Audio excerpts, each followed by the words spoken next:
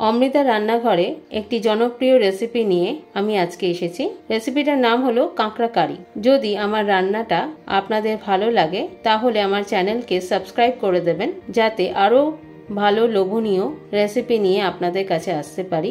আর একটু লাইক করে দেবেন আর জানাবেন আমার রেসিপিটা আপনাদের কেমন লাগলো।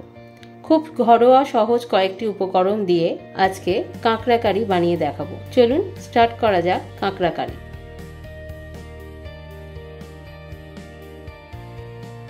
কাঁকড়া কারি করতে যা যা উপকরণ লাগে সেটা একটু দেখে নিই। কাঁকড়া, এটা হচ্ছে আপনার আদা রসুন আর কাঁচা লঙ্কা পেস্ট, দুটো টমেটো পেস্ট, পেঁয়াজ পেস্ট, দুটো পেঁয়াজ মিক্সিতে বেটে নিয়েছি, দুটো মাঝারি সাইজের পেঁয়াজ কাটা, এরকম ভাবে স্লাইসটা করতে হবে কুচি কুচি করে। আর আলুগুলো এরকম ডুমু ডুমু করে কাটতে হবে। এটা টোটালি অপশনাল, যদি কেউ স্কিপ করতে চায় সেটাও করতে পারে, কিন্তু আলু দিলে খুব ভালো লাগে, সেই জন্য আলু দেওয়া হয়।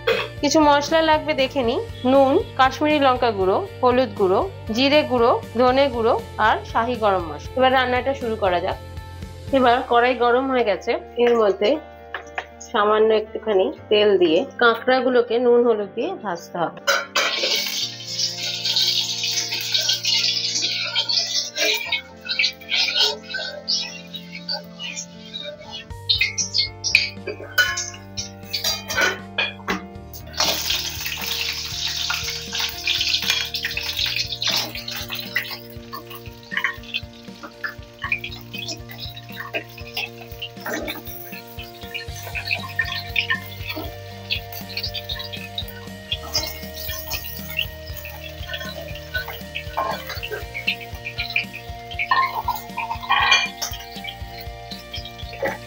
যাদের কাঁকড়া খেলে একটা আঁচটানি গন্ধ বেরোয়, সেই জন্য কাঁকড়াকে একটু নুন গরম জল দিয়ে একটু ফুটিয়ে নিলে ওই আঁচটানি গন্ধটা থাকে না। এটা আজকে টিপ। এরকম রান্না করতে করতে আমি অনেক টিপ দিয়ে থাকি। একটু ঢেকে দেবো।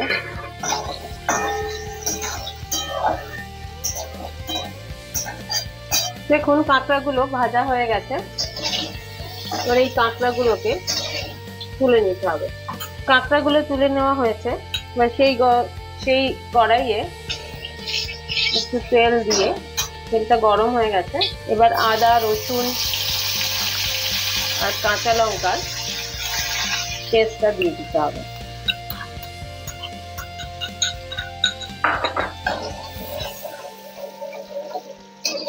এটা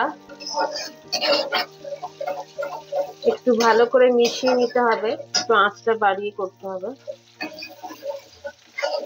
যতক্ষণ না এর থেকে কাঁচা গন্ধটা বেরিয়ে যায়। কয়েক সেকেন্ড ভালো করে কষাতে হবে।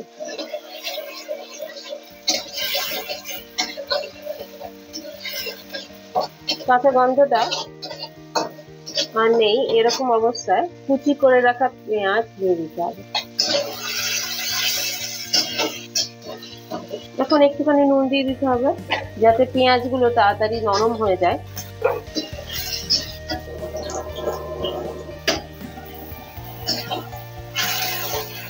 এবার পেঁয়াজগুলো যতক্ষণ না নরম হচ্ছে ভালো করে ভাজতে হবে। এবার আগে থেকে কেটে রাখা পেঁয়াজ, ছোট হলে 2 পিস, বড় হলে একটাই যথেষ্ট। আমি 2 পিস কাঁকড়া নিয়েছিলাম।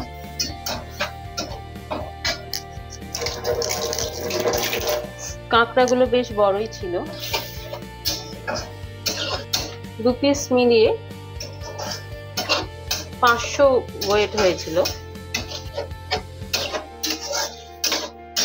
বাজার থেকেই কাটিয়ে নিয়েছি, আপনারা চাইলে ঘরেও কাটতে পারেন।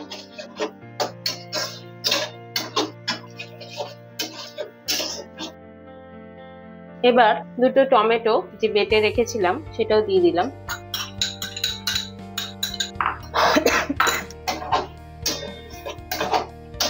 এখানে সবই বাটা ইউজ হবে, আর এখানে কুচির থেকে বাটা দিলে বেশি টেস্টি হবে। 5টা বাড়িয়ে অল্প হলুদ গুঁড়ো, জিরে গুঁড়ো, ধনে গুঁড়ো আর কাশ্মীরি লঙ্কা গুঁড়ো দিয়ে দেবো। কাশ্মীরি লঙ্কা ঝাল হয় না, কিন্তু কালারটা খুব সুন্দর আসে। আগে থেকে আমি আলুগুলো নুন হলুদ দিয়ে ভেজে রেখেছিলাম। ভালো করে কষতে হবে যতক্ষণ না তেল আর মশলাটা আলাদা হয়ে যায়।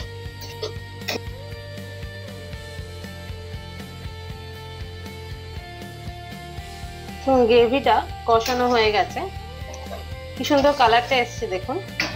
এরকম সিচুয়েশনে ভেজে রাখা কাঁকড়া আর আলুগুলোকেও আমি ভেজে রেখেছিলাম, সেগুলো সব দিয়ে দিতে হবে।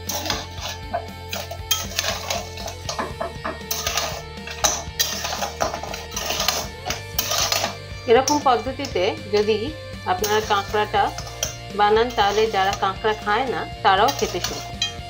যাদের কাঁকড়াতে একটা গন্ধ লাগে তারা একটুখানি আগে থেকে সেদ্ধ করে নেবেন নুন দিয়ে, সামান্য সেদ্ধ করে জলটা ফেলে দিলে কাঁকড়ার যে আঁশটানি গন্ধটা সেগুলো লাগে। যাদের অসুবিধা হয় না তারা দরকার নেই। তো যাদের কাঁকড়ার গন্ধ লাগে তারা যদি এরকম ভাবে করে আরো ভালো। এবার সবগুলোকে আলু, কাঁকড়া, মশলা সবগুলো ভালো মতন করে মিশিয়ে নিতে হবে। এখন শাহি গরম মশলা দেখুন 1 চামচ দিয়ে দিলাম।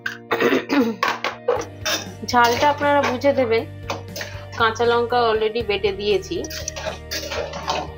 আর কাঁকড়া একটু ঝাল ঝাল ভালো লাগে, তাই আমরা গোটা কাঁচা লঙ্কা এর মধ্যে দেব।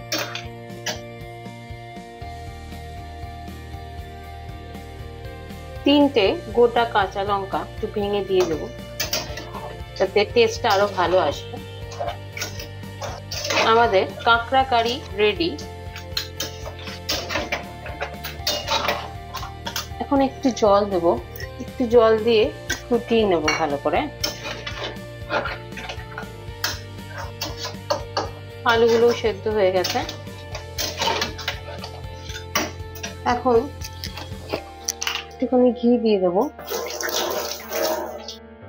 নামানোর আগে অল্প করে ঘি দিয়ে দেবো। কি সুন্দর কালারটা এসছে দেখুন। এরকম সিচুয়েশনে একটু টেস্ট করে দেখবো গ্রেভিটা, সব নুন ঝাল সব ঠিক আছে কিনা। কাঁকড়া কারি যদি আপনাদের পছন্দ হয় তাহলে অমৃতা রান্নাঘরকে কাইন্ডলি একটু সাবস্ক্রাইব করে দেবেন, যাতে আরো ভালো ভালো রেসিপি নিয়ে আমি আপনাদের কাছে আসতে পারি।